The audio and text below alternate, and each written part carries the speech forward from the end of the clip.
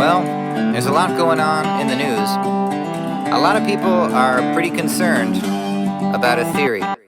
I'm white, but I'm no blank slate. A lot of ideas delineate Nate. Middle class cis white male, kinda straight. A cracker on the platter with the appetizer plate of the United States. And in that space, what shall I say as I raise my pale face to gaze on the pains that my ancestors placed on the land I come from? Can I love my own race? So let's talk race, right on this track.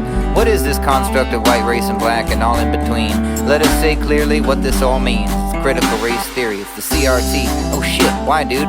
You're gonna explain this to me? You're a white dude.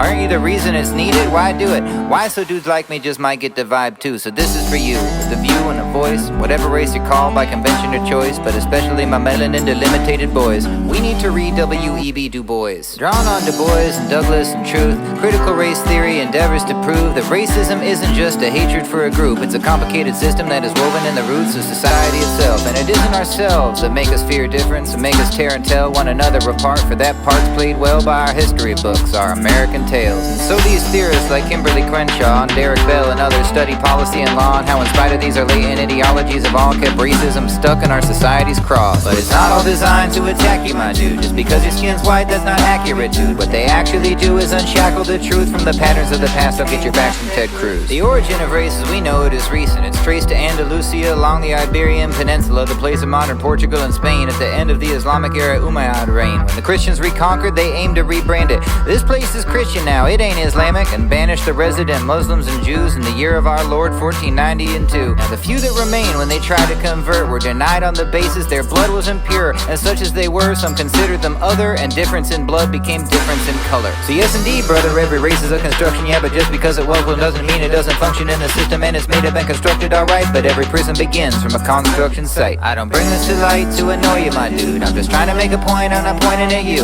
The point is to use the knowledge as a tool. Why would you not want to teach that at school? Now you might say, fine, but this is not for me. I'd prefer if everybody here was equal and free, but it may equally be that this is really preferred only when their liberation and your interests converge. Under layers of dirt in the subconscious brain, it's hard when all's well not to want it the same. When the system is yours, do you want it to change? Is that a virtue signal, or are you trying to switch lanes? But if nothing but critique is what everyone speaks when they meet with a complexion that's light beige or bleached, then they would run the risk using critical speech of estranging just the people that the theory must teach. Because just because a person may deserve a verbal lashing doesn't mean it doesn't lead them to an adverse reaction if they get served it in the service of the truth, who may try to shout down liars, but that makes them double down on their lies. And so the lonely white guy in his corner of Reddit starts to feel himself cornered by some kind of vendetta. His identity vetted, and his whiteness is wedded to an idea of oppression as if it's in his essence. And he feels the left left him, and he feels right or wrong, that the right's the only place he'd be embraced and made strong. And he's faced with the illusion of a binary choice of being anti-racist or deprived of his voice.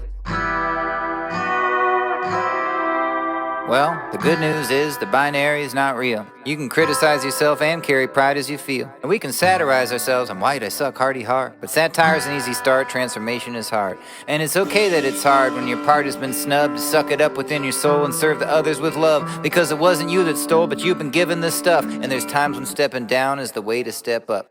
So let us be real and let us feel seen as we collectively awake from the American dream, being critical of self and our quote-unquote kind, but still loving both critical and kind.